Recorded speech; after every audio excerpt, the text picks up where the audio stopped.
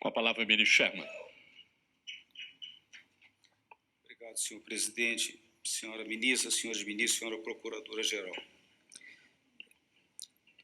Eu tenho uma posição divergente em relação à proposta do ministro Vital do Rego, mas eu começo dizendo que é muito difícil enfrentar Sua Excelência num debate em razão da sua inteligência, da sua capacidade de argumentar, da intensidade com que Sua Excelência apresenta as suas propostas, seus argumentos,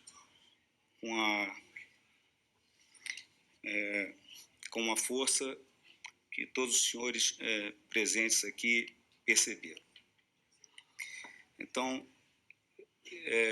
nesse momento, eu coloco a minha dificuldade em colocar os meus argumentos, mas eu preciso ir em frente.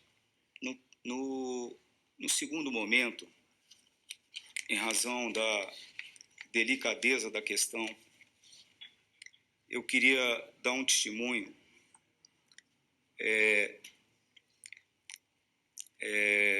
e corroborar e apoiar a manifestação do ministro Vital do Rego quando fala das provocações mesquinhas e calúnias.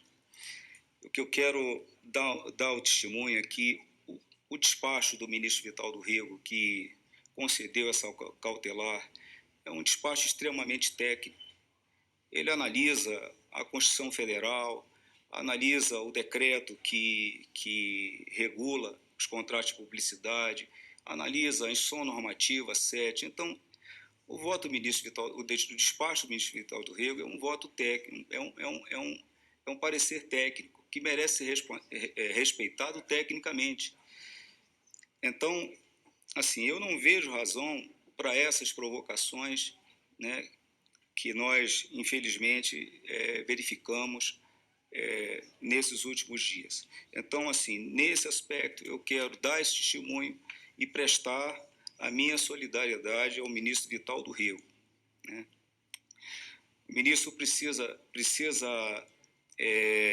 ser independente, como ele foi, corajoso como ele foi, né? E fazer apresentar a sua proposta de forma técnica e fundamentada como ele fez. Mas isso não quer dizer que eu concorde integralmente com a posição que Sua Excelência trouxe, né? E então eu começo a tratar então dos pontos da minha divergência. O representante, que foi o Ministério Público, ele, baseando-se em matérias jornalísticas, afirma que, primeiro, a Secretaria de Comunicação não respondeu à solicitação do jornal O Globo acerca do valor empregado nas peças publicitárias da campanha.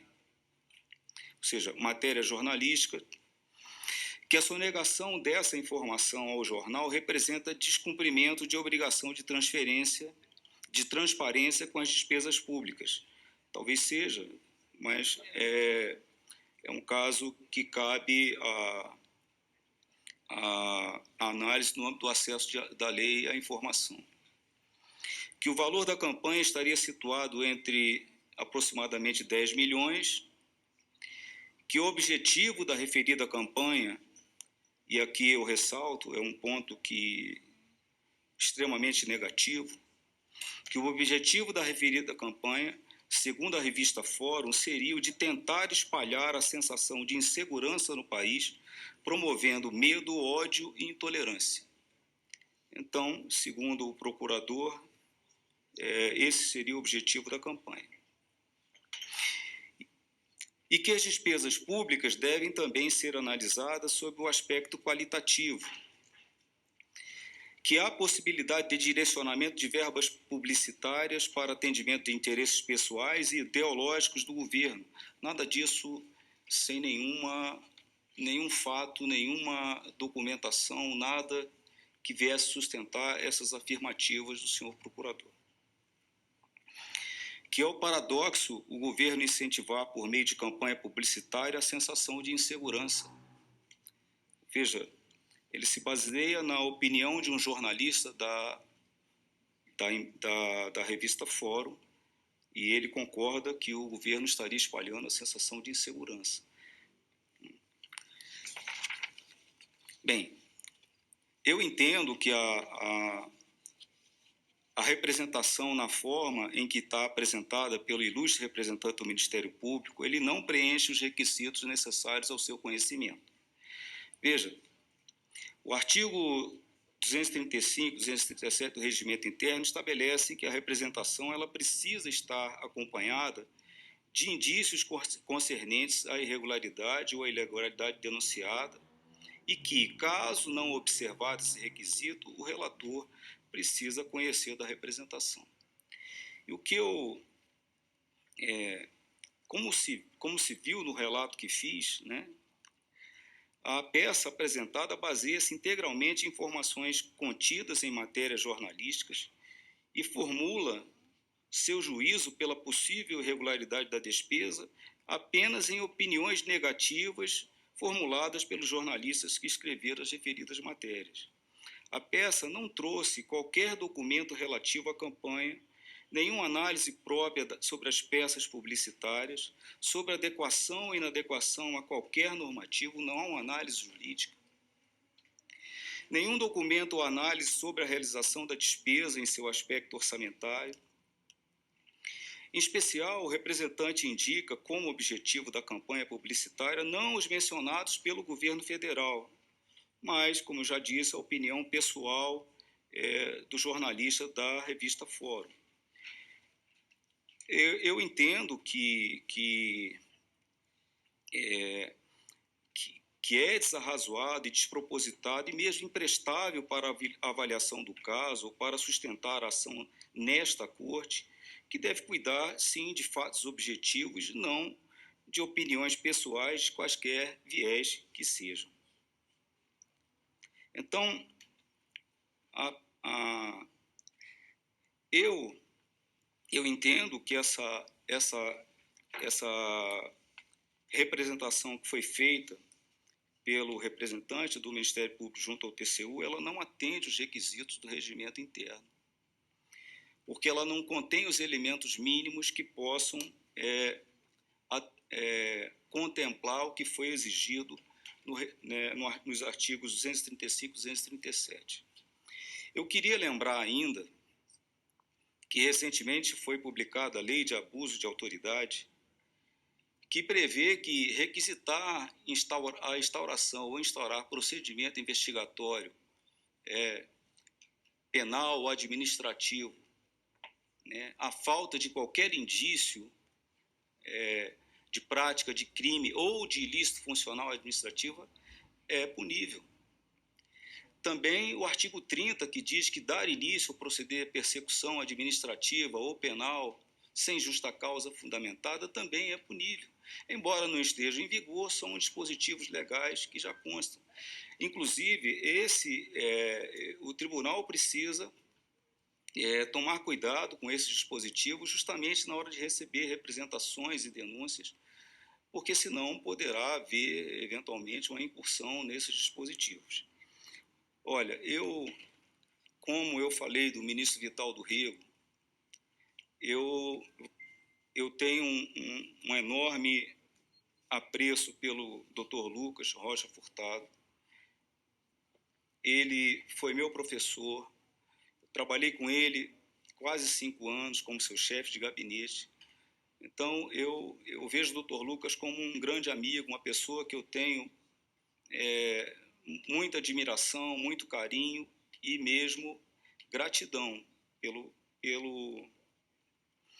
que ele representou para mim nesse tribunal.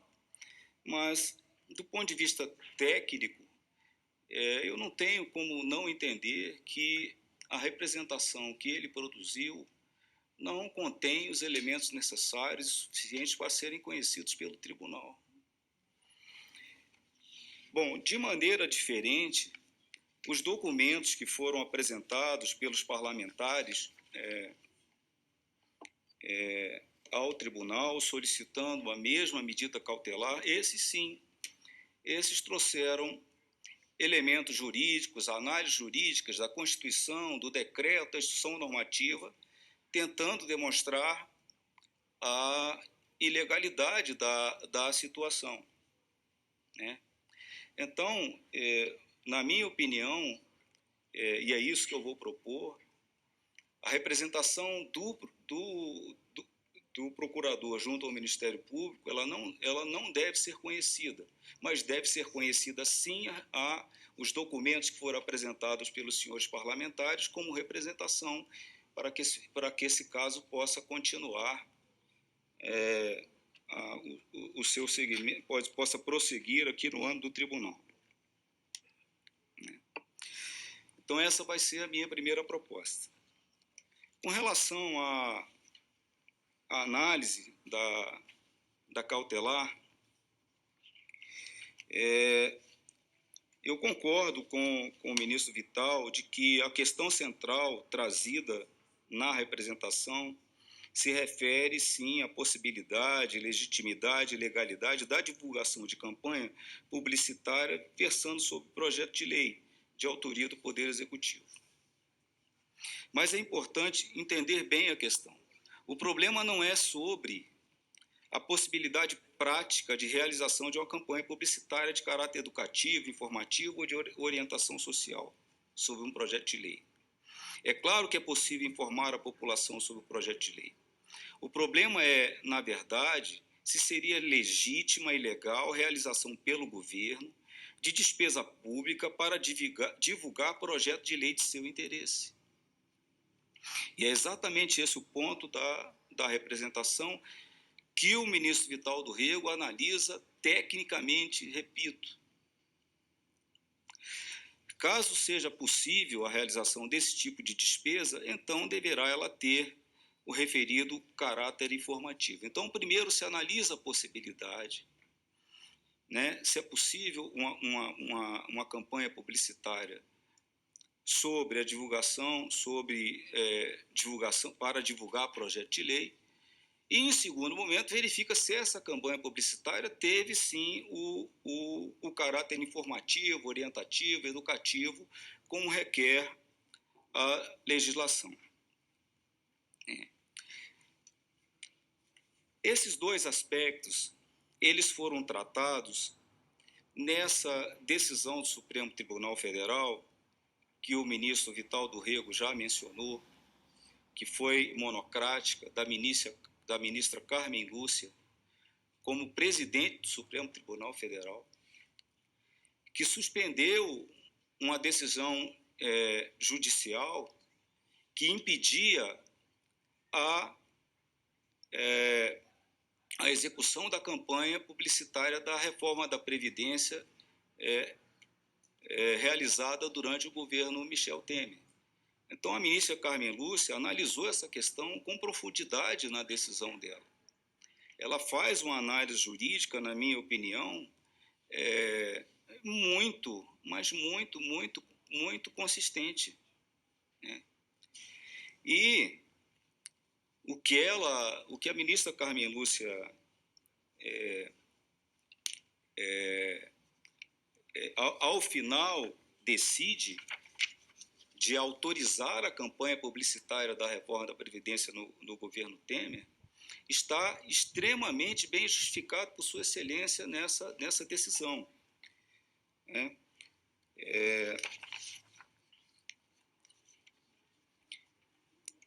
Eu transcrevo aqui no voto os trechos principais da manifestação da ministra Carmen Lúcia, mas evidentemente que eu não vou ler. Eu vou fazer referências a eles, esse texto, no voto, no segmento do meu voto. Veja só, como é possível observar, as posições adotadas pela ministra Carmen Lúcia, no caso retroreferido, foram bastante diferentes daquelas agora relatadas e adotadas pelo eminente relator, ministro Vital. É necessário destacar que, sobre a campanha de divulgação da reforma da Previdência, pesavam avaliações similares às que agora se fazem em relação do pacote anticrime. Ou seja, a situação era idêntica, praticamente. Juízo com relação ao caráter informativo, executivo ou orientação social que deve permear a publicidade dos atos e programas e campanhas na fase de juízo de delibação. Ou seja, em juízo cautelar, ela afirma que não é possível fazer uma avaliação do caráter informativo, educativo e de orientação social de campanha. Ela afirma expressamente isso na decisão dela. Porque ela diz que esse tipo de juízo ela exigiria um aprofundamento da análise que não é cabível num juízo perfunctório de cautelar. Eu queria destacar aqui uma grande diferença dessa situação em relação à ação que o Ministério Público do Distrito Federal realizou ou impetrou contra os servidores da SECOM no caso dessa campanha, que me parece que ainda não foi julgado. Há ação, mas não há julgamento. Mas veja, o fundamento do Ministério Público é o fato deles de a campanha não ter apresentado peças que estimulassem a participação da sociedade do debate e na formulação de políticas públicas e nem levou amplo conhecimento à população. Veja, o Ministério Público já faz um mérito da campanha. Já faz uma análise do mérito, se ela foi suficiente ou não para informar a sociedade, se ela foi suficiente ou não para formular o debate de políticas públicas. Então, em análise de mérito, eu entendo que é possível fazer esse juízo, mas não em análise cautelar, como nós estamos tratando aqui, de avaliar caráter informativo, educativo e de orientação social. Então, eu tenho de concordar com a ministra Carmen Lúcia.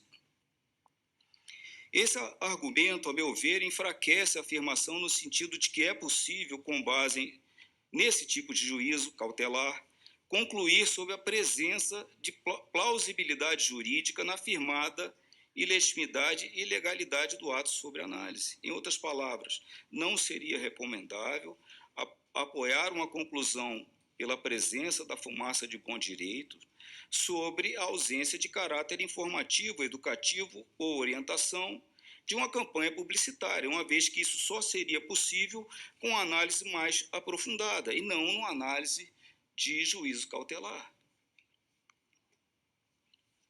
Com relação a ser legítimo e legal realizar a despesa para divulgar um projeto de lei de autoria do Poder Executivo, a ministra Carmen Lúcia também foi expressa. Ela não deixou dúvidas sobre a convicção. Ela destaca que é dever da administração, não é uma faculdade. Não há um impedimento, ela fala que é dever da administração, no caso estava se analisando uma PEC da Previdência que estava em andamento, sujeita também a alterações. A situação era a mesma. E a ministra Carmen Lúcia diz que é dever da administração prestar informações sobre seus atos e escolhas, esclarecer as escolhas feitas e suas motivações, possibilitando que a população se posicione sobre o tema em questão e influa no debate democrático sobre a proposta de lei. Sobre a proposta de lei ou emenda constitucional, evitando com isso a alienação da população do processo legislativo. Está essa assertiva está na decisão liminar da ministra Carmen Lúcia. Veja, mesmo que nós entendamos diferente, mesmo que haja não possamos reconhecer a legitimidade da manifestação da ministra do Supremo, né? Como é que daríamos uma cautelar? Pelo menos a dúvida deveríamos ter, né? Como é que teríamos a fumaça do bom direito diante, no mínimo, de uma dúvida significativa como essa? A ministra diz que é dever da administração fazer isso. Não há impedimento, como é dever da administração fazer. Ora, se é até mesmo um dever da administração, do governo, tornar públicas, além de mera publicação em jornais, as informações necessárias ao entendimento de suas escolhas e suas motivações, então é claro que tal despesa, à conta do erário, pode ser considerada legítima e legal, pode vir a ser considerada legítima e legal. Esse argumento, a meu ver, reforça a posição no sentido de que, em juízo preliminar, deve ser dado crédito ao governo em sua intenção de bem informar ao público acerca de suas escolhas e motivações, especialmente porque estaria no exercício de um dever constitucional, que é o de dar publicidade às suas intenções. Por essas razões, conclui a ministra que a suspensão da campanha publicitária institucional levada a efeito pelo governo federal, lá no caso da reforma da Previdência, importaria risco de grave lesão à ordem pública administrativa, por subtrair da administração pública os meios necessários para a divulgação da proposta da reforma. No caso da reforma, nós estamos falando aqui do projeto de lei. Sua motivação e repercussões, a suspensão da campanha causaria mal maior do que a sua continuidade, são palavras dela. Aqui eu coloquei entre aspas, que são palavras da ministra. Esse argumento, a meu ver, demonstra a existência de fundado, além de mostrar que não há o fumus boni iuris, nem se pode fazer o juízo do caráter informativo, orientação social, em juízo preliminar, ele também ele demonstra a existência de fundado perigo in mora reverso a contraindicar a adoção da cautelar.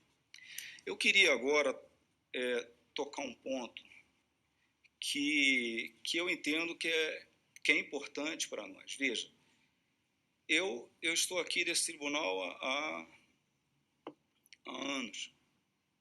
Podem me chamar de velho, mas essa é a verdade. Talvez estou aqui, entrei junto com o ministro Benjamin, talvez eu sou o mais antigo do tribunal, junto com o Bem-Querer. É a primeira vez que o plenário desse tribunal discute se o governo federal deve ou não prosseguir com a campanha publicitária.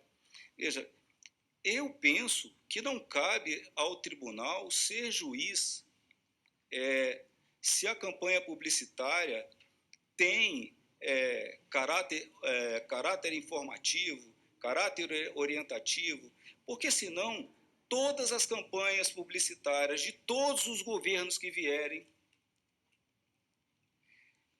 virão a ser questionadas no tribunal. Ou então, em todas as campanhas que o governo federal ou outro órgão da administração pública venha fazer, o Poder Judiciário, o Poder Legislativo, que não é só o Poder Executivo que faz campanha publicitária, vai ter que submeter ao tribunal para que o tribunal avalie previamente se aquela campanha tem caráter informativo, educativo, ou de orientação sexual. Isso não faz sentido. Isso não é o papel do Tribunal de Contas da União. Eu acho que nós deveríamos refletir sobre isso, né? Mas essa questão eu só coloco entre parênteses porque eu vou insistir na questão técnica e fugir dessas questões de juízo de valor, mas essa questão de juízo de valor é importante, nós precisamos fazer. Então, concluído para mim que em juízo preliminar não há ilegitimidade ou ilegalidade na realização de despesa no intuito de divulgar projetos de lei de autoria do Poder Executivo, e ainda não é recomendável, em cognição sumária, concluir pela ausência de caráter educativo, informativo ou de orientação em campanha publicitária, salvo, e aí eu faço a ressalva, salvo se presentes indícios de promoção pessoal ou partidária, que não me parece ser o caso, nem foi sustentado, nem foi aventado aqui. Restaria analisar se há indícios de ilegalidade na realização de despesa, no caso concreto, suficientes, se presentes os requisitos para ensejar a adoção da medida cautelar. Então, agora eu vou passar a análise da despesa. É rápido, estou terminando. Eu entendo necessário complementar algumas informações que já foram trazidas pelo ministro Vital no seu despacho e no seu voto. Vejam, todo o orçamento da SECOM para desenvolvimento de suas ações institucionais encontra-se abrigado nesse programa 2038, que é Democracia e Aperfeiçoamento da Gestão Pública. Dentro desse programa, a Lei Orçamentária de 2019 contemplou como dotação orçamentária, como dotação não apenas a ação orçamentária, publicidade e utilidade pública, como também a ação comunicação institucional, como também comunicação e transmissão de atos e fatos do governo federal. Em outras palavras, toda a comunicação social do governo federal deverá ser subsidiada com recursos advindos de uma dessas três ações, não há outras alternativas. Ou é publicidade de utilidade pública, ou é institucional, ou é transmissão de atos e fatos do governo. Para todas as áreas que sejam necessárias publicidade, educação, saúde, segurança, para todas as áreas. Vão se enquadrar nessas ações e nesse programa.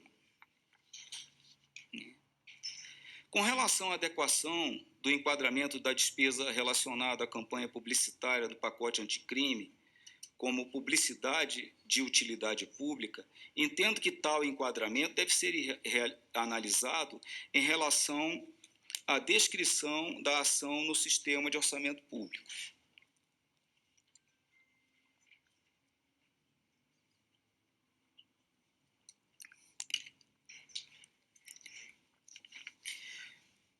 Está lá escrito, publicidade e utilidade pública. A ação se desenvolverá por meio de divulgação de conteúdos vinculados a objetivos sociais de interesse público que assuma caráter educativo, informativo, de mobilização ou de orientação social, ou ainda que contenham orientação à população que habilite ao usufruto de bens ou serviços públicos e que expresse com objetividade e clareza mediante a utilização de linguagem de fácil entendimento para o cidadão. Essa descrição é diferente daquela constante dos normativos infraconstitucionais, referenciados pelo relator. Frente a essa redação, entendo, em juízo preliminar, plausível enquadrar a campanha de divulgação de projetos de lei que versem sobre combate ao crime, no intuito de informar a população como divulgação de conteúdo vinculado a objetivos sociais de interesse público que assuma caráter informativo. Não tenho dúvidas no sentido de que o combate à criminalidade é um objetivo social de interesse público. Aliás, o combate à criminalidade é hoje uma das maiores mazelas, ou seja, entre as três mazelas que sofre o Brasil nesse momento. A primeira é de uma crise fiscal desoladora. A segunda é de uma crise econômica da mesma ordem, com milhões e milhões de desempregados.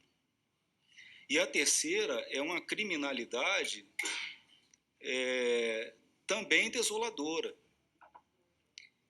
em que nós vislumbramos mais de 60 mil homicídios por ano, o crime organizado realizando tráfico de crianças, tráfico de pessoas, tráfico de drogas, tráfico de armas, Ninguém tem segurança a sair nas ruas, a andar numa calçada hoje no Brasil. Então, essa é uma mazela que precisa ser enfrentada, está sendo enfrentada pelo Congresso Nacional e pelo Poder Executivo, e nós precisamos apoiar isso.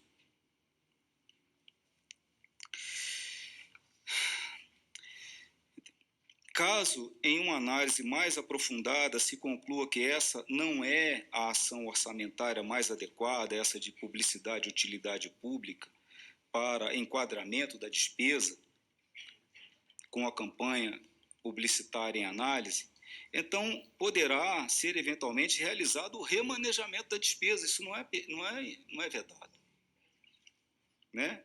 Com cancelamento do empenho e demais providências necessárias, em uma das outras ações possíveis, caso se entenda no futuro que não se possa enquadrar em publicidade e utilidade pública. Na minha visão, é razoável, é no mínimo razoável esse enquadramento. Numa análise perfunctória preliminar, me parece razoável, né? Entretanto, se a conclusão final de mérito for no sentido de que a despesa é legítima e legal, então seria ilógico não ser possível enquadrá-la em alguma ação orçamentária. Por isso, eu proponho ao tribunal a seguinte minuta de acordo. Eu estou concordando com o ministro Vital do Rego no sentido que deva ser feita a oitiva da SECOM para que se possa esclarecer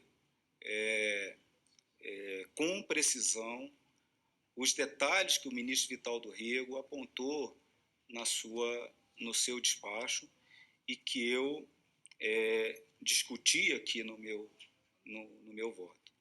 Então, mas a minha proposta é de não conhecer da representação formulada pelo Ministério Público, pelas razões que eu já elenquei, e com todo o respeito que eu tenho pelo Dr. Lucas Furtado, e até em proteção dele em face dos dispositivos da lei de abuso de autoridade.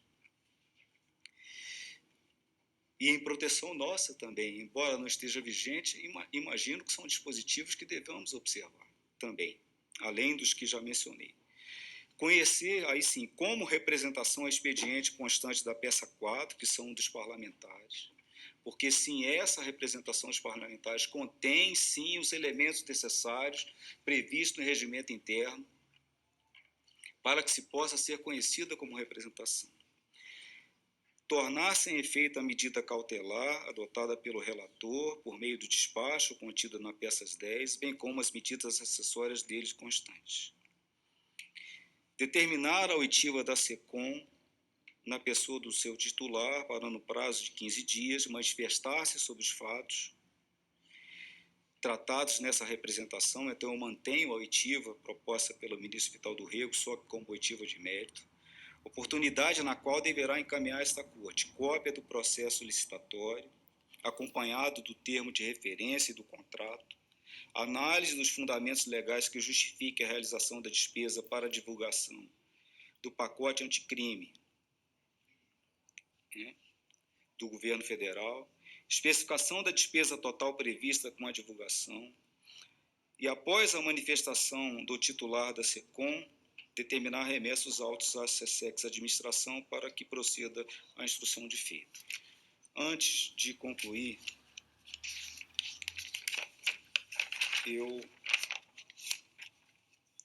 eu gostaria de apelar ao ministro Vital do Rego se pudéssemos chegar a um denominador comum, uma conciliação, porque a decisão desse tribunal, nesse caso, fosse unânime, eu entendo que seria importante. Quando eu estive hoje de manhã com o ministro Vital do Rego, conversei com ele sobre a minha decisão de apresentar uma declaração de voto divergente, não tinha o voto preparado e expliquei a Sua Excelência por alto quais seriam os fundamentos do voto que eu iria trazer, mas Sua Excelência não tinha conhecimento dos detalhes que eu apresentei aqui agora.